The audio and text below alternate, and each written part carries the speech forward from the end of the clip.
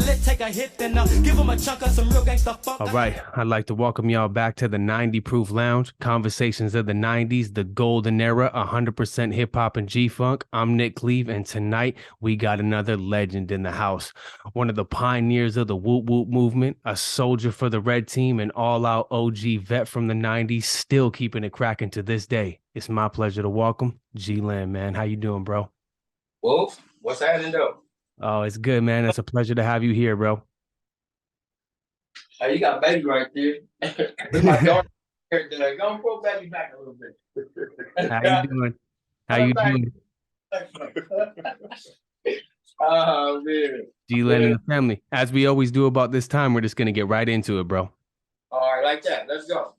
So you've done a lot of amazing things in your career, and I just wanted to get into the details about some of the things that you've done and how you got there and what the experience was like for you. So Whoop Whoop, one of my favorite albums, such an amazing album for a lot of people, but I want to go back deeper than that to where it started at. Hell yeah, that's it. And we got it right here. Whoop Whoop.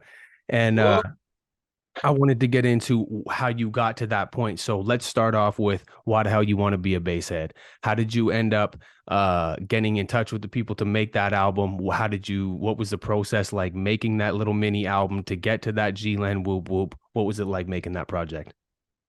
I mean, I was just I was in the hood all the time, and all I was seeing was bass heads everywhere. So I mean, whatever you see, I mean, basically whatever I see, I usually try to make a song about it or something like that. I've been doing it for years. So, that just came natural, talking about the smokers out there.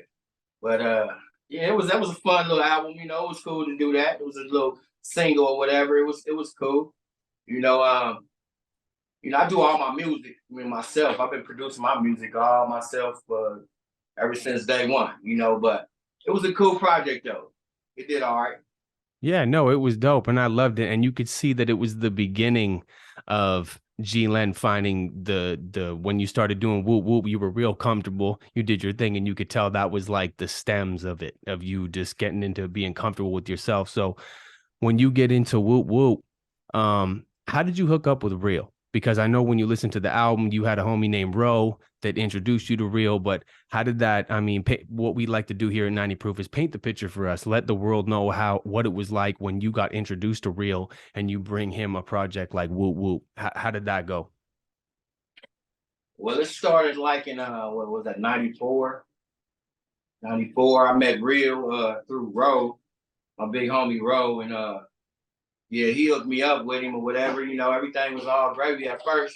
He was the one that had the cheese, so, he had the cheese, he believed in me, he heard my music and all of that, and he was like, man, we got something here, we could really get this going, we could do an album and all this. So I'm like, well, I was just doing music, I always like doing music, so it's like, we got together, got in the studio, that's when I went to the Black Hole. Went to the Black Hole with Kenny McLeod, my boy Kenny McLeod, and linked up with him. I produced the whole CD, you know what I'm saying? I did that in 9 days. We did it in 9 days. It was a fun CD. I got the homies to come up in there. Everybody came in there. We got legendary B Brazy up in there. We got Dulo. Man, I got June Dog, the whole, it's a lot of people that's gone right now on that CD, so it's like a classic, it's a classic. My mama was on there, rapping Granny on Neighborhood Watch, but we put it all together. After we put it all together, then Real grabbed it and he put it on all platforms, just put it out there, But the thing about Real, it was I made the Whoop Whoop album, but ended up getting whooped though, you know what I mean? I ended up getting whooped. So, what it was we did a video called not Still Whooping, it was called Woopin. It's on my Whoop Whoop album. We did Woopin, and Woopin came out cool. It was hard. We did the video, but we didn't finish the whole video. So it was like we had to come back the next day. So he didn't plan on coming back the next day. He wanted us to finish the whole video. Right. But all along I found out that he didn't want to pay the dude.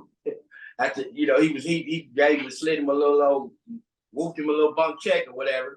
Yeah. And then that's me break up with Real and, turn on that.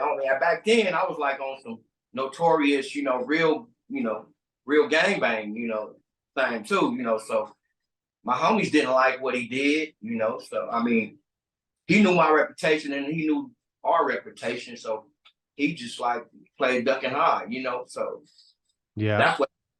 And And I then that. And with we didn't do more videos and nothing like that for that. right.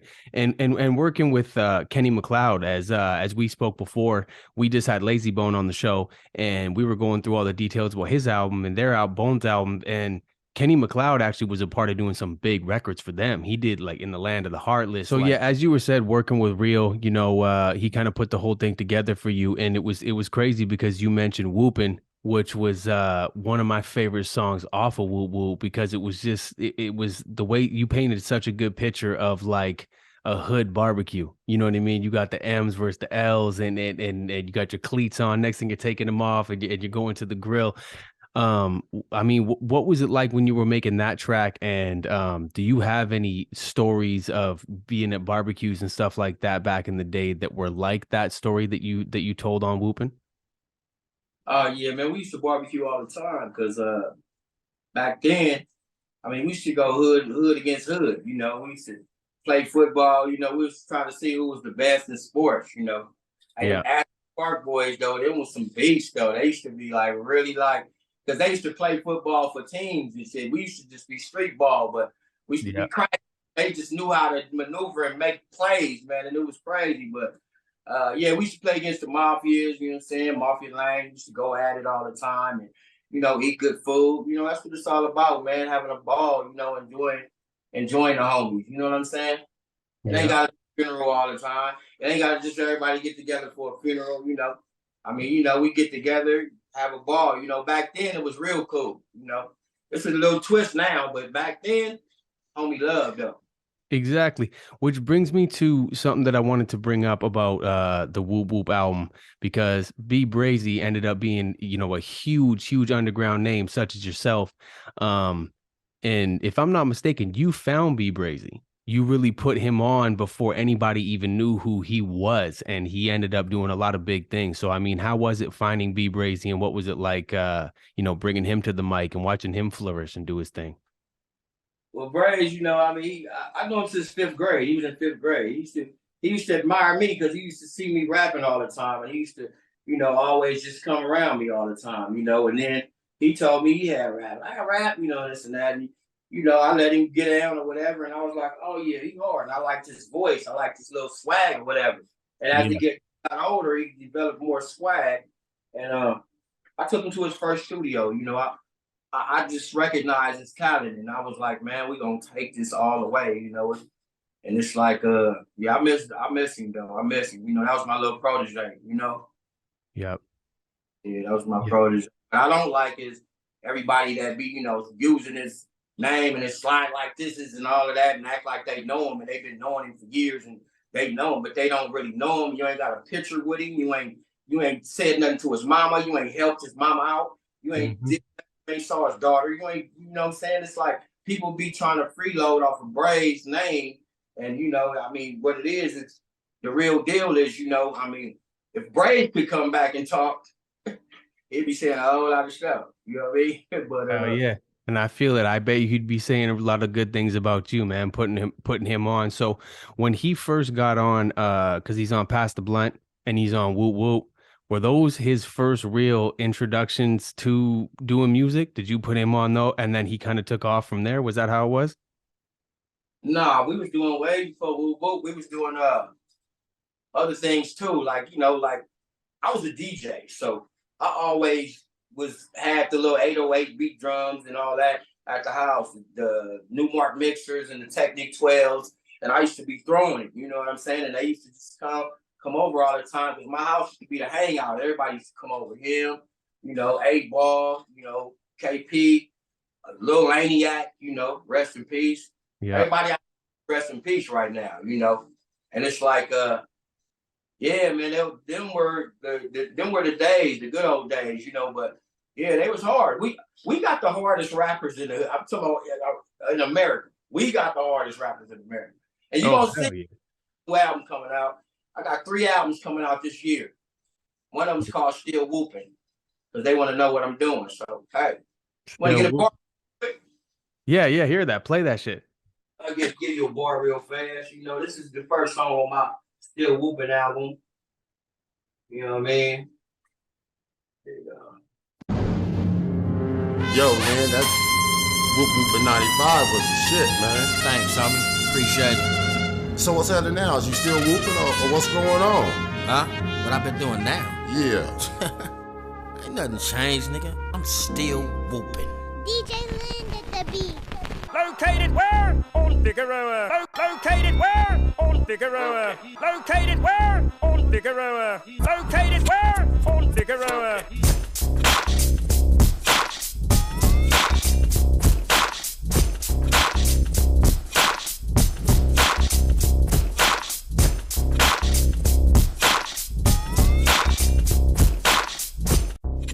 Bringing that funk, you know what I mean? That real funk, that little real gangster shit, bringing it back though, you know what I mean?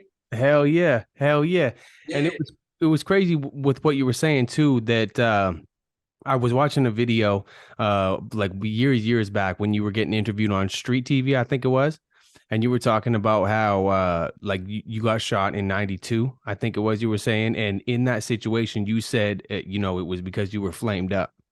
And I had also had watched an interview with Mob James. I don't know how familiar with you are with him, Mob James from Death Row. He had said that, and I heard it from BG Knockout as well, that in the LA area it was mostly Crips, and then there was Bloods, and the Bloods, because it was mostly Crips, Mob James was saying if he was driving down the street, all Bloods stick together at that time. Because if he was driving down the street and another Blood was getting into it with somebody, even if he didn't know him, he would jump out, he would help that person. And you were saying in 92, you just being flamed up, you can get shot at. Was that kind of how it was being a Blood in the 90s? Just really having to be about each other just because of the numbers and situations like that? Was that how it was? Hey, let me tell you something, man. Back in the 90s, you couldn't even, like, it's a lot of Bloods now, they couldn't even bang in the 90s. They wouldn't be able to handle it. Like, they couldn't handle it. Every time we went to school or whatever, you know, back in the 80s and the 90s, going to school, it was like, man, like it was like 15 Crips to 1 Blood. So you can't be a fake Blood walking out there because you're going to get rat packed or beat up. You got to be ready to take some blows or give some blows or go do some real dirt out there. You know, it was real active back in them days, you know.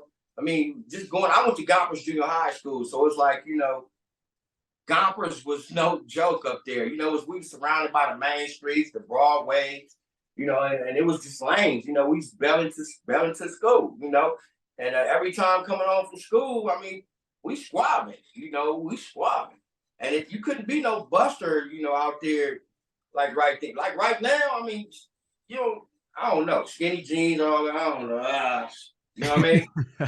But, I mean, it's different now, you know what I mean? Back then, we was all for one. You know, it was like every together. It was like a unity thing. You know, it ain't really no unity no more. And the reason why it's not unity no more, I'm looking at it as different hoods. You know, I mean, it's like too many cliques in one hood. You know, back then we didn't have no different cliques in one hood. It was one. We was all lanes. We was all, you know, with the hood. That was it. We was all for one for all.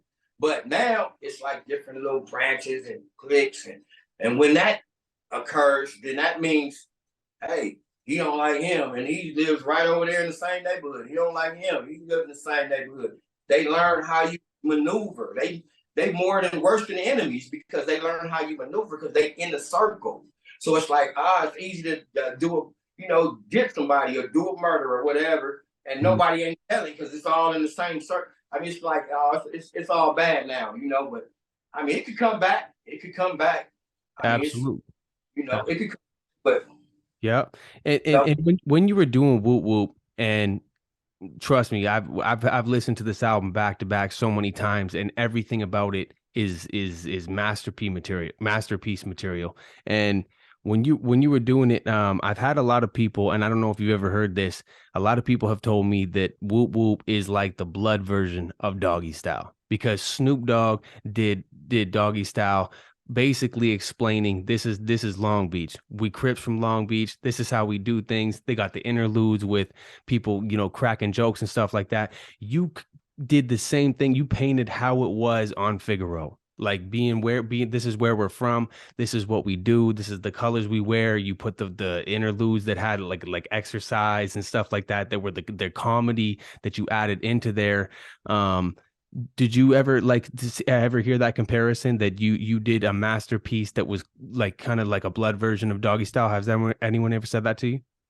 Well, I mean, it's kind of like we the same. Like I came from the same area as Dr. Dre. You know, I used to DJ parties. I used to make mixtapes like back in when Dre used to do it. It used to be me, used to be Dre making mixtapes. Used to be this cat named DJ Rob. It was this dude named Jigs Capone. He was hard. He was Compton. You know what I'm saying? All of, you know, and DJ Yella, you know what I'm saying? They used to do the Eves After Dark back in the days. You know, I used to be at all of that. Dudos, all of that, you know, before it was NWA. I know the real deal. I was way back in the days, man. You know? Yeah.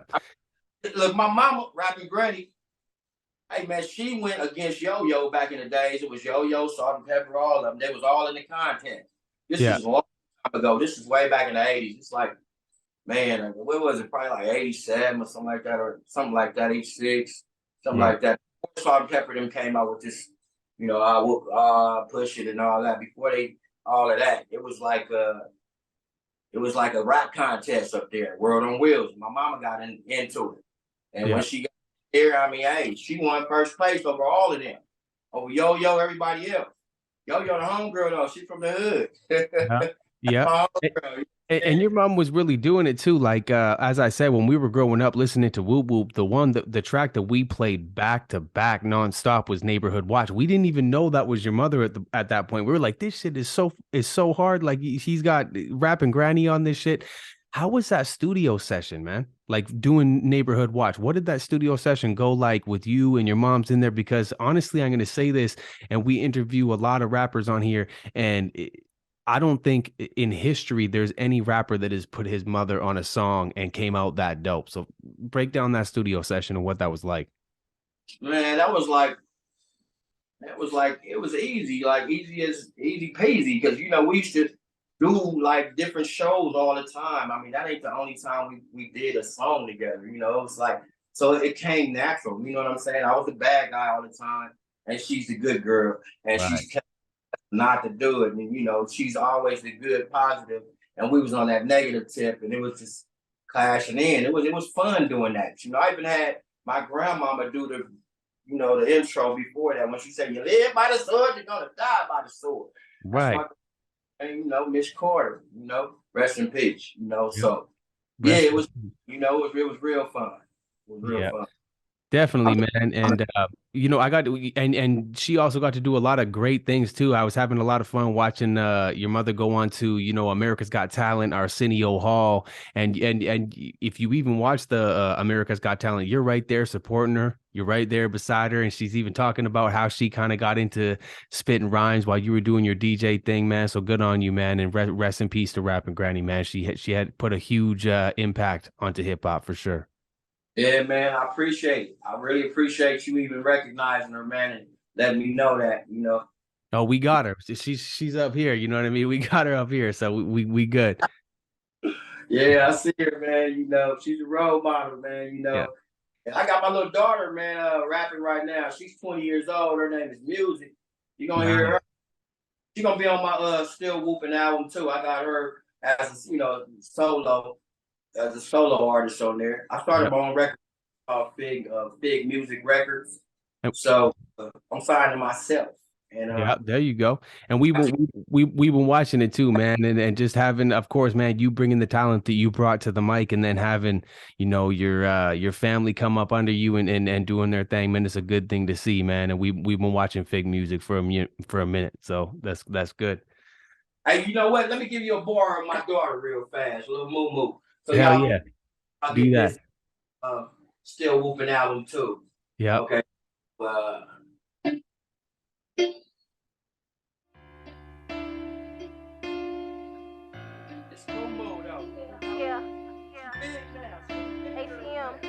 Wavy did that. Always in the house like I got an ankle bracelet. Pretty and I'm paid, always busy making payments. He's a thought boy looking for a thought box. And I'm looking real spiffy in that drop top. Headed to a destination where it's plenty cash. She ain't even getting paid and still shaking ass. Pussy wet, real wet, like the faucet type. Yo nigga steady checking on me, wanna lay the pipe. I didn't like that one for I laughed, but Yo, that shit's hard though, man. definitely let it roll though. Hell yeah. That Like, shit. you know, stay tuned, y'all. I got a whole lot of heaters for y'all. And they'll be watching out for it for sure, man. Definitely, man. And we appreciate you dropping that on us. Braids for y'all too, old braids. I got some old Al Dog, Evil Al Dog. You know what I'm saying? I got old Granny. I got old school stuff. I got all old videos that I'm finna bring out. Finna hit y'all with the kitchen sink. And that's what people want to see, right? Like a lot of people just wish that kind of 90s flavor that you brought in 95 and continue to bring. People want to see that shit, man, and want to see it continue. So we appreciate you bringing that. I just wanted to touch on some of the people that you were around back in the 90s. So when I was growing up, there was when it came to the underground, it just came to blood rappers in general. There was two that were my favorite, which was yourself and then Lil Hawk. Lil Hawk was just one of those guys that his style was like yours. It's electrifying. It just brings you in. And the only thing that really was like, it just pushed me to the side. I was like, what the hell? It's like, why was there no Lil Hawk, G-Len collaborations that came out that you can hear? Because you joined Damu Riders in the second album, obviously after he had been incarcerated. He's still on the album. I would have loved to hear that, man. What was your relationship like with Lil Hawk, and what is it like still to this day?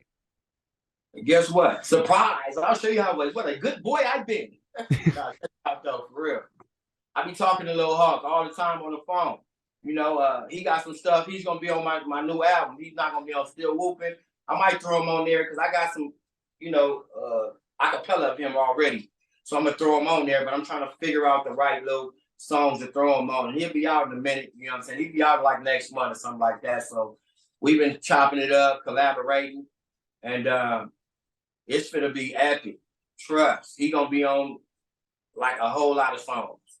So your dream's gonna come true, bro. Hell yeah, that's what we want to hear. And what was your relationship like? Were you guys always cool? Like it just did for some reason, obviously you guys just didn't get in the studio to make that cut. You guys have always been homies or whatever?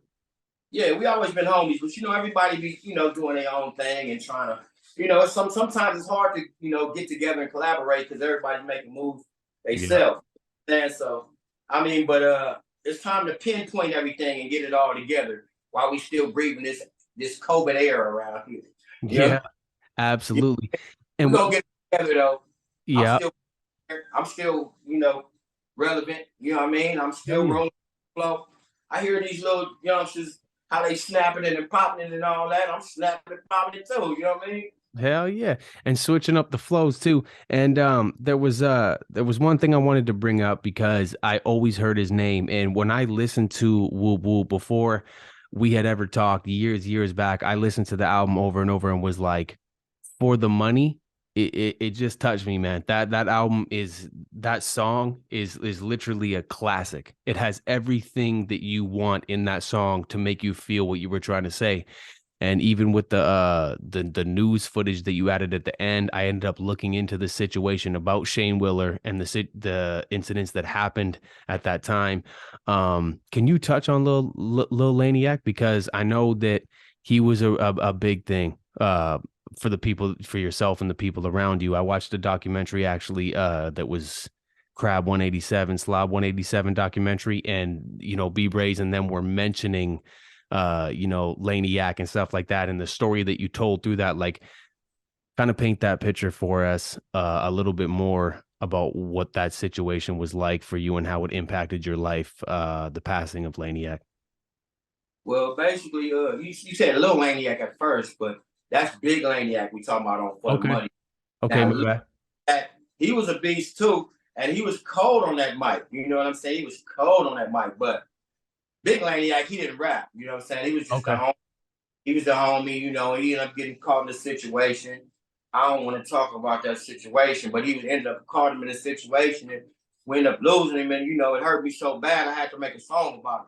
you know, certain things I'm making songs about because it's like, it just, you know, it just makes me feel a certain type of way. So I have to let it out in music. So I always express myself through music, man. I love making music. I love trying to help the homies, you know, just shine. You know, I love to, I'm a homie dude. I love my homies, man. I love my neighborhood. I love helping people. You know, I love old people. You know, I love little kids. You know what I'm saying? But it's these middle people that I just, no.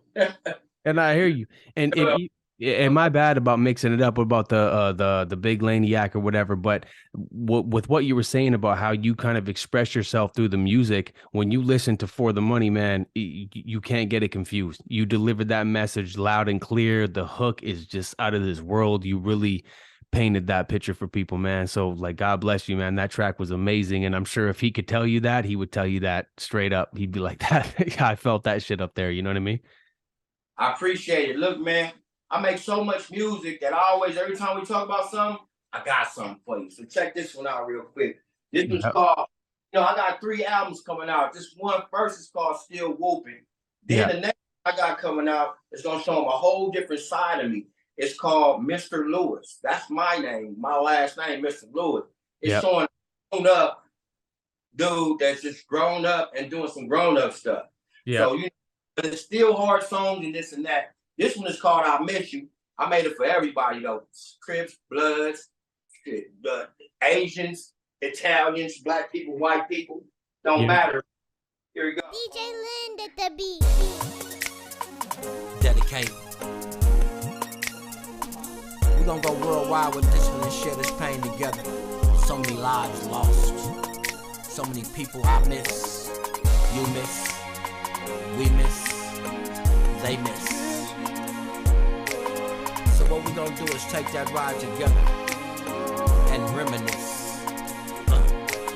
This one goes to everybody, no segregation, all across the nation, in the situation, from blacks, Asians, Latinos, and Caucasians. We share the same pain, different stripes and abrasions. And when I say share, it's somebody that you missing. Wishing they were here so you could be back with them. Everybody has a wish list for their loved ones who've been dismissed. Losing you, I couldn't picture this. First one on my list is my mama. Miss you, mama. Wish I could still be with you, hug and kiss you, mama. Hear your voice, mama. Eat your food, mama. Give you gifts, mama. Make you smile, mama. I miss my daddy too. Even through them situations you and mom went through, I'm still a part of you. And you, I saw that toughness. It made me try to be tough. When I saw you lifting weights, it made me want to be buff. I miss you. I miss you. That shit, man. Unreal, man. Can't wait to hear the rest of that. Yeah, I'm gonna do that video on the beach, man. Gotta do it. Yeah, and big ups on you with that. I just wanted to touch a little bit about I saw a lot of I've been watching you on Instagram doing your thing for quite a while, that we've been kind of having contact with each other and stuff like that. What was your relationship like with Suge? Because I saw a lot of pictures of you guys together, and I feel like back in the 90s, he really had a connection or opened a lot of doors for especially like the blood community that he kind of was a part of or whatever. What was it like? How did you guys meet, and what was your guys' relationship?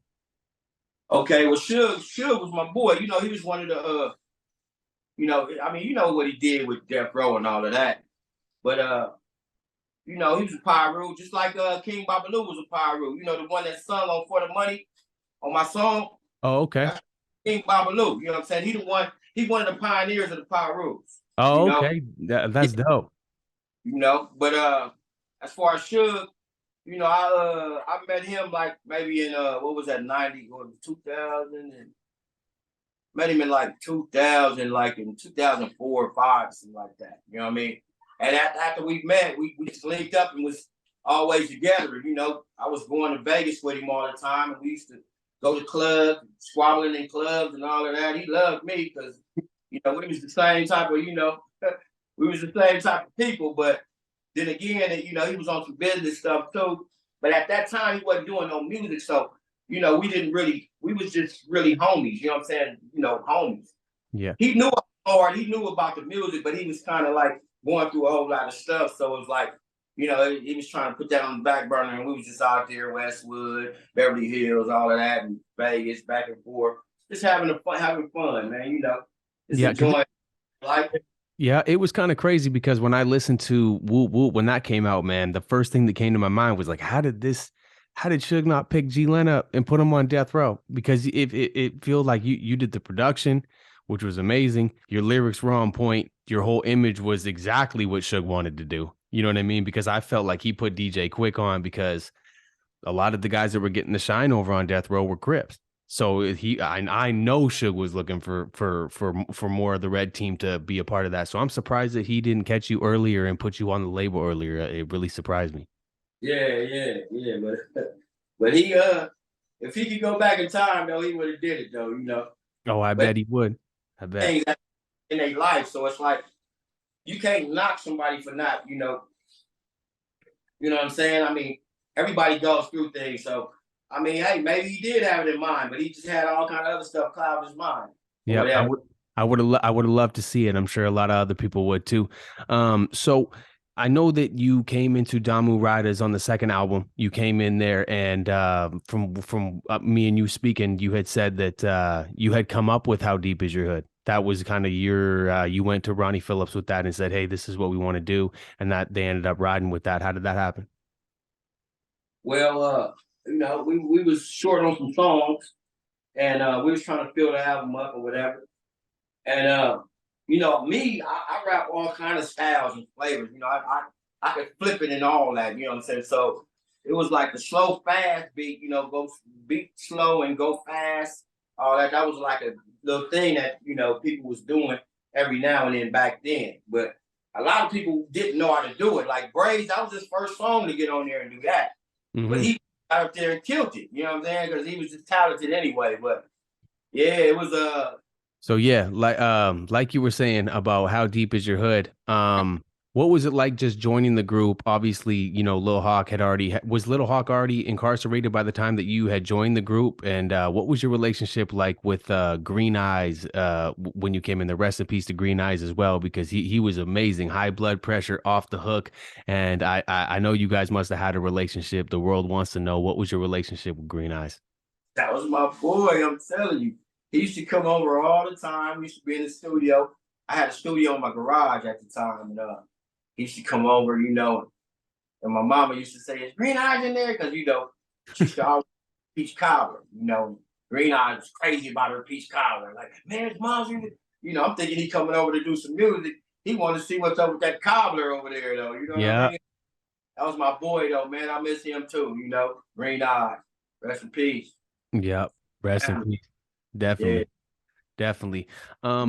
So coming up in the 90s, you guys were putting out a lot of heat. You, B Brazy, the Damu Riders, like the whole red team was putting out so much heat in the 90s. But then you see, you know, there's certain few guys that really took off. I mean, you guys did your thing hands down, but at the end of the day, there was guys that really took off, such like Mac 10, DJ Quick, guys like that. How did you guys feel about that? Because I remember, and I'm not trying to bring up any negative stuff, but when I was saying, you hear that, you know, Green Eyes, or I think it was a Lil Hawk or whatever, they had mentioned, you know, some they didn't really like how Mac 10 was going about what he was doing. Like, how did you guys feel having a blood that was really coming up and getting that like superstar success? Like, how did you guys feel about that? Was it good or bad, or how did that go?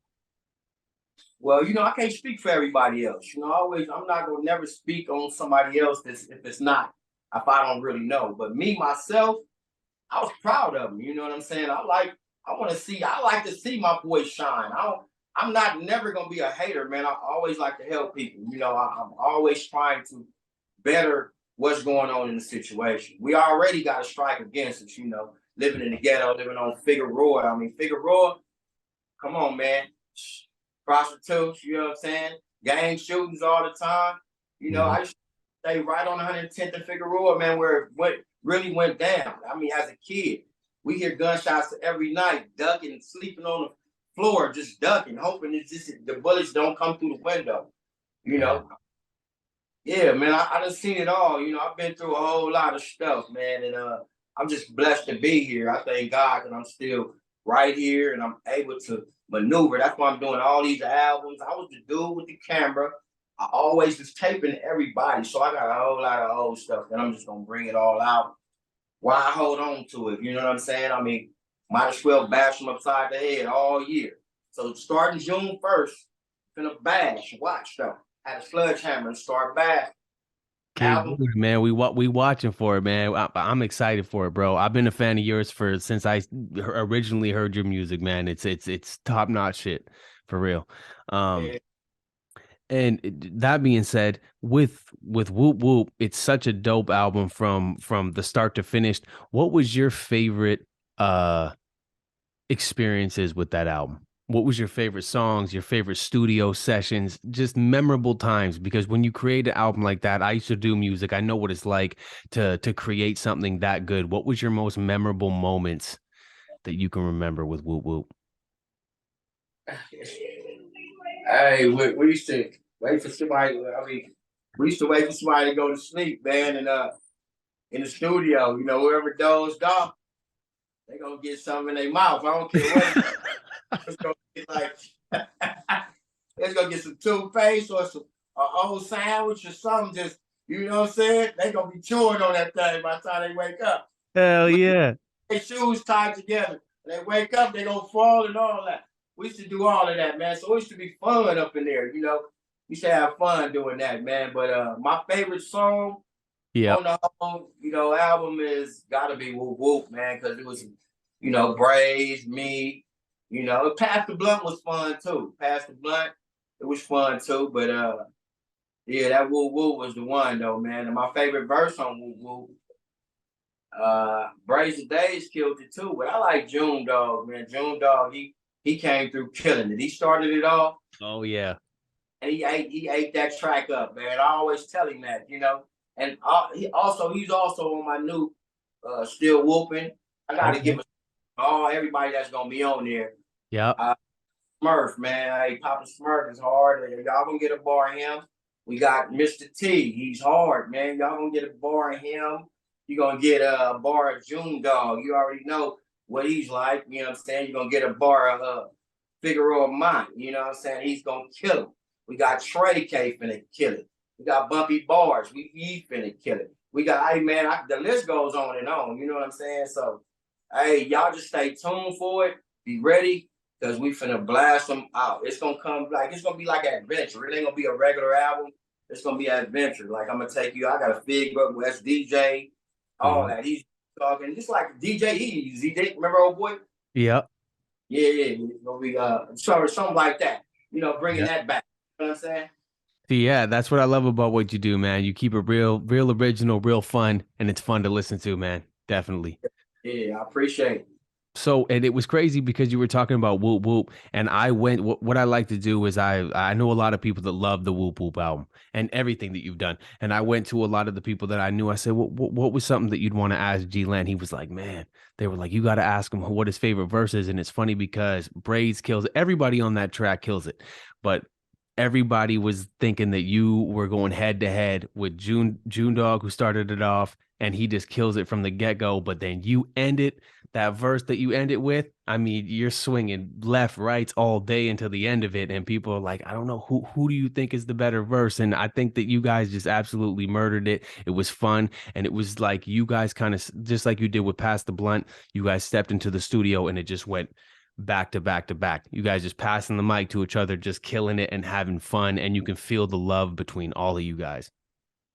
Yeah, I mean, you know, the thing about that, let me give a shout out to my boy Lyrical Lord, though. My boy Lyrical, he's doing the Fig, he's doing the Fig music DJ. He's doing all of that on my stuff. Plus, he's hard. He's got hard rhymes, too. He's on this song called Bob Your Head and a couple of more. So he's hard, too. I want to give a shout out to him. But on the other note, as far as that, you know, competing against each other or whatever, we always took it as that. Like, oh, we listened to the first verse, we listened to somebody else's verse, we like, oh man, you know, in our head, we like, I gotta come hard, you know. So we always was, you know, trying to come harder than each other, and that's why all the kind of gumbo came so delicious, you know what I'm saying? Because nobody wanted to be the one that they said, nah, he was whack. You know what I mean? So, hey, that's what it was, man. We just, you know, I'm telling you, nobody can't mess with this FIG, man. They can't mess with the FIG. And I'm gonna show y'all.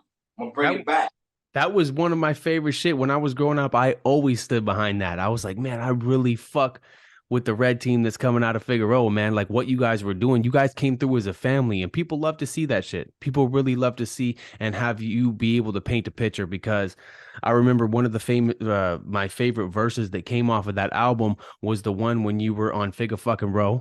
And that when you listen to the last verse on that, I remember watching Menace to Society as a kid. And you remember when Kane and Harold, they go through the party? They walk through the party and they're like giving daps to everybody. They're going from the front to the back. You painted that picture with on Figure Fucking Row. You literally going to, yeah, my homie yanked me to the side. You know what I mean? Hit the chronic damn near Earl and shit like that. And you're painting that picture, still got hose on you and all that shit. The way that you were able to do that, it creates a lot of character in your music. And a lot of people attach themselves to that. And that's what I just wanted to, you know, give you a big ups on that, because even that song was one of my favorites on the album. I appreciate it, man. Yeah, that was a good. All my songs be like basically, it'd be true. It'd be like experiences that I went through. You know, every now and then I just get to spaz and then just spit, but most of my songs are like, you know, something that I've been through with. You know, I just try to share it with the world in like articulate form. You know what I mean? I mean, you know, it has to be articulate with me. I'm like one of them ones that I can't just say a song and it's just regular the whole time. Like Too Short. Say a song that's regular all the time. He hard. That's my boy too. Too Short. His style forever. But I just, you know, I'm a dude that just keep on, you know, I flip it. I like to flip it, man. I like to find, I'm a wordplay dude. You know what I mean? Absolutely. You can tell too. Being a part of sort of, I mean, you weren't on the Banging on Waxes or whatever, but it was sort of like Damu Riders was a branch of that. Something that branched out from Banging on Wax starting. And I watched an interview with BG Knockout where he was talking about that it was a dangerous idea to go that way and be dissing each other's enemies and stuff like that. Did you ever have any problems you know, doing the Damu Riders? Did you ever run into more problems than you normally would have with Crips and other people by doing the music that you were doing, or was it just like everyday life like it would normally was? Man, we ain't talking the 90s. We talking about, look, we talking about right now to this very day. You know, I mean, I walk in the store and somebody like, hey, ain't you G-Len? I mean, I fist balled up immediately, but you know, it's like, that's just a habit. But I'm not for no violence. I ain't trying to do no violence. I ain't promoting no violence. I'm trying to do something cool. Everything I'm doing is positive. I ain't on no negative tip. I love everybody. You know what I'm saying? I know Crips. I know some homies that's Crips. You know what I'm saying? Real individuals, they respect one another. Now, if you are just a knucklehead, you trying to make a name for yourself, that's a different story. A lot of people get their noodle peeled back over that. But me, my guy, the way I'm guiding the whole thing, I'm trying to guide with positivity and trying to help people and trying to sign them, new talent, get them going. And, you know, I mean, hey, that's what I'm about, man. You know what I'm saying? That's what I'm about. I gotta keep my mama legacy going. That's what she would want me to do. She ain't here, but she here though. She in here right now. Let's do a little interview. Absolutely, man. And coming up, like, did you have? Was there any people that you, like I said, in the 90s, it was a lot different, as you said, you know what I mean? There was people like doing the Banging on Wax project. To me, it was one of the best things that you could have done, that they could have done in general, because as Ronnie was saying, when he did the interviews about doing Banging on Wax, the gang conflict was at an all-time high back then. So to be able to put these guys in a studio and be able to have them battle rap each other instead of doing anything physical to each other was just the most brilliant thing to me. How was did Banging on Wax really have an impact on the neighborhoods, and how was it for people getting chosen to be on those albums? Because was there a lot of Bloods and Crips that were really, really trying to get on that album? And I mean, what did it do for the people that weren't on that album? Did it really have a positive influence or a negative influence? Well, first of all, the Banging on Wax thing came after the Gang Truce. The Gang Truce was the 9 Deuce. Yeah. You know, it was 9 Deuce Gang Truce. I mean, you have lanes going to the Grape Street Hood, and everybody playing football with each other, everybody getting along. It was cool for a while. But, you got people thinking about their homies that they lost, you know what I'm saying, and all of that. Some people can't take the pressure, and they just, you know what I mean? But it was cool. It lasted cool. And then we started doing the little banging on wax, thing or whatever. And, I mean, it was Crips, Bloods. We was all together. Everybody was chilling. There wasn't no problems, nothing like that, no negativity. Because mainly the people that did get down, they were like reputable. You know what I mean? They was reputable. So it's like, I mean, what they were meant a lot. You know what I'm saying? So it went cool. That's good. That's good. Absolutely. So there was when I was going through like your albums and you mentioned you have a lot of homies, you have a lot of support and people that are behind you. So I just wanted to kind of get to know who some of these people are and just wondering if you could do that for me. So if I was to throw some names that you just kind of tell me how those people were in your life and how close they were to you and just who they were as people. I'll start with 8Ball. Oh my God, man. Come on, man. Don't do me. That's my boy, man. He used to always spend the night at my house. Him and Brazy, they used to live down there with me all the time. We used to always, we used to just, it was fun, man.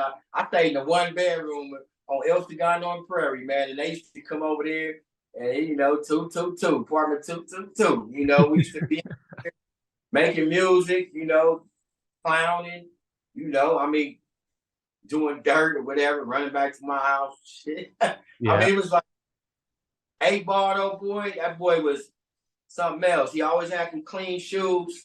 He always stayed fresh and all that. But he ended up, tragically getting hit by a car.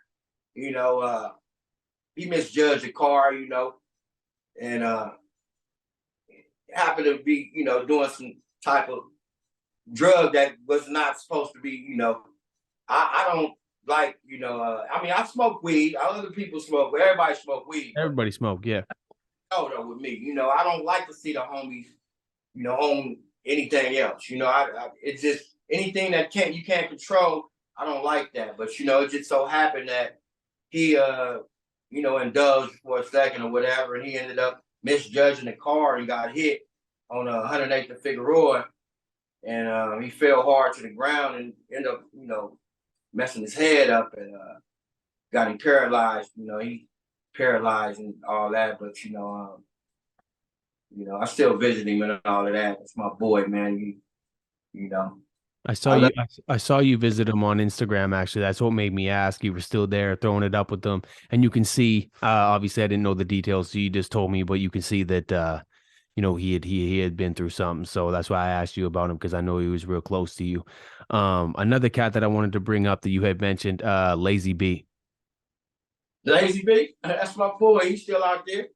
He lounging, man. He doing good for himself, Yeah. He used to always be with me in the studio, though, clowning or whatever.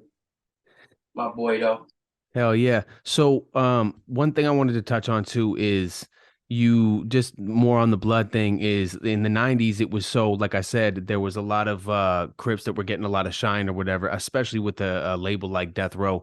But then you see Suge start to bring other people from different neighborhoods in there, like OFTB, that was from Bounty Hunters, obviously. Was Suge ever trying to reach out to neighborhoods like yours to find artists like that? Is like, I don't know if you had a relationship with OFTB or anything like that, but you sort of started to see him reaching out to people like Sinister. He ended up getting Sinister. His deal, which was from Family Swans, it seemed like he was reaching out to different neighborhoods. Was that something that was kind of going on when you were in the 90s? Well, in the 90s, we really didn't run into Suge like that, but if we did run into him, he would embrace this or whatever. But as far as OFTB, I did a song with OFTB. We went to the studio. We did it in Hollywood. Did a couple of songs up in there, And I remember that night because when I came home on the freeway, I got my big old 4.4 mag in the trunk, and I got told by the sheriff, so they found that thing, and I ended up had to do a year for that. So yeah, you ain't gonna forget that one. So, Again, too, you being a part of Damu Riders and you being a part of, rest in peace again for you. I mean, you've dealt with so many people, man, and you're still here. You're alive. You're in great spirits, man. You're doing your thing, and you've lost a lot of people. And I'm gonna ask about another one of them, Red Rum. Red Rum, I know he was, you had a great relationship with him. So sad to see him go with everything that he's done for the Banging on Wax movement, for being a part of Damu Riders with you. I mean, is there anything that you got to say about the relationship you had with Red Rum? Man, look, so Red Rum, oh my God. He the one that he shot my Hood Day video. He the one shot it. He shot my video, Fig Freestyle number 10. If you go on Fig Freestyle, G-Len Fig Freestyle 10, he shot that video. That was my boy. He the one taped my mama's funeral.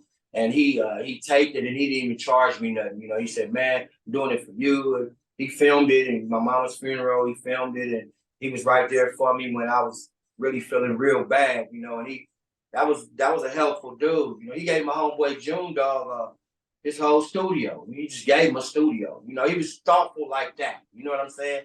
And he loved his kids too. He loved his kids. Love you, Red Rum. I love you. So many homies that's gone, man, and they leaving all these old weirdos around here. I mean, what's going on? Yeah, no, exactly. But we still got guys like you up in here still doing your thing, man. So I want to touch a little bit more on your kids. Them coming up, like, how did they get into music? Did you start off early getting your kids into music and wanting to, showing them your stuff or whatever? I mean, so much time goes by that sometimes they look back on the music and they're like, the music has changed so much. So how did you get your kids into music, or did they get themselves into it? Like, how did that work? Well, I got 2 generations of kids. You know what I'm saying? It's like, first of all, it's my son, Poppy. I mean, I got a couple of more kids as far as music, whatever. She's, you just heard her. And yeah. Poppy got his own thing going on. I can explain that, what he's got going on, but I will touch on my little kids first. I got an 8 and a 9-year-old, you know what I'm saying? And they in there, but they smart. I make sure they in school. I make sure they do their work, pass every test. You know what I'm saying? They are scholars in school, you know what I'm saying? So they're doing real good, you know what I mean? And that, I try to move my daughter. She's a producer. I have her in here and I have her. She knows how to make a beat and make a song by herself. And she only 8, so I'm teaching them early so that later on, it's going to be so easy for them, Now, as far as my other son, which is Poppy, PB the GOAT, we got this, thing going on as far as this wave pomade. We started off with the wave pomade, and now we got like 5 to 6 different products, maybe like 8 now or whatever. And these are the products that he's selling. So y'all can go to pbthegoatmerch.com, and he's got it all. He got can you see it? Yep. pbthegoatmerch.com. Well, there you go. The bomb goat drip, the famous goat drip everybody's wearing, everybody's using. Yeah. Rich homie uses it. Lance Stevenson uses it. You know what I'm saying? They all use it. He just came out with this deodorant right here. You know what I mean? Yeah. Don't stop. Got the brushes right here. Oh, damn. The good ones though. The good ones for the whole kit. And we got this song called Seasick. It'll be out in a minute too. We're gonna do a video to it. So what's up, Poppy? I'm giving you a shout out too, man. We gotta get this bread, man. Oh yeah, man. All the subscribers out there, man, gotta get you some of that. Definitely, man. And it's goatmerch.com. Go to it. He'll give you a real it's a lot of good deals and a lot of good products on there. So make sure y'all check it out. Absolutely. So there's a couple more things I want to touch on is real quick is you see I want to take it way back. So way back is in, just before the 90s, 88, 89. You look at the movies that come out and you see Colors. Colors was really the first movie to come out and kind of paint the picture for the rest of the world who didn't live in LA, what it was like in LA. how accurate was that movie to how you guys were living from 88 to even 95 around Woo Woo? Was it pretty accurate how that picture was painted? Well, it was as far as the police or whatever, it was accurate and all that, but you know, well, yeah, it was shot over there on 113th and Broadway in Maine or whatever, over there, that little area. It was an active area and all of that. I mean, it was as good as it could be at that time, as real as it could be at that time, in that moment. It was kind of, but you know, it was a couple fake parts in there, but Of course. You got the Hollywood. it was cool. It was cool. Yeah. You know, I'll watch Colors right now. You know, Yeah. I might watch that shit after we finish this up. And when it came to B Brazy, like you said, you're all about creativity. And I feel like, you being involved with Damu Riders, knowing B Brazy early on, that you really brought out creativity in people. When it comes down to How Deep Is Your Hood, you came out with the name, you start the song off. It's really the first song you ever hear B Brazy kind of singing. You know what I mean? And he kind of stepped out of what he was doing because he's on the hook, right? yeah. Yeah, so he's on the hook, No. Look, on How Deep Is Your Hood, it's not Braze singing. That's not Braze. That's Braze's relative named Verse. Damn, everyone I talked to thinking that was Braze on there. I was talking to people like, it's Braze's first time singing. Yeah, versatile. He used to kill it though. How deep is your hood? Yeah, he killed that shit. Mm-hmm. Yep.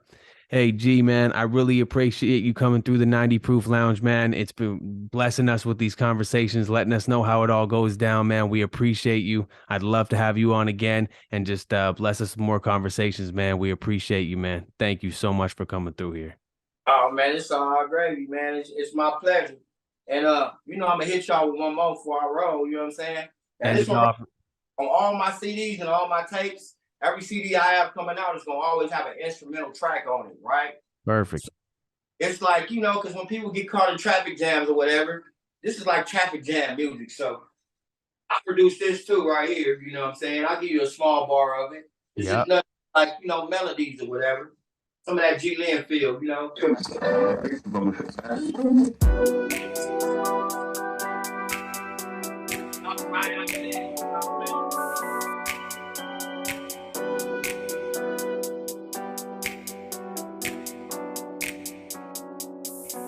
Hard.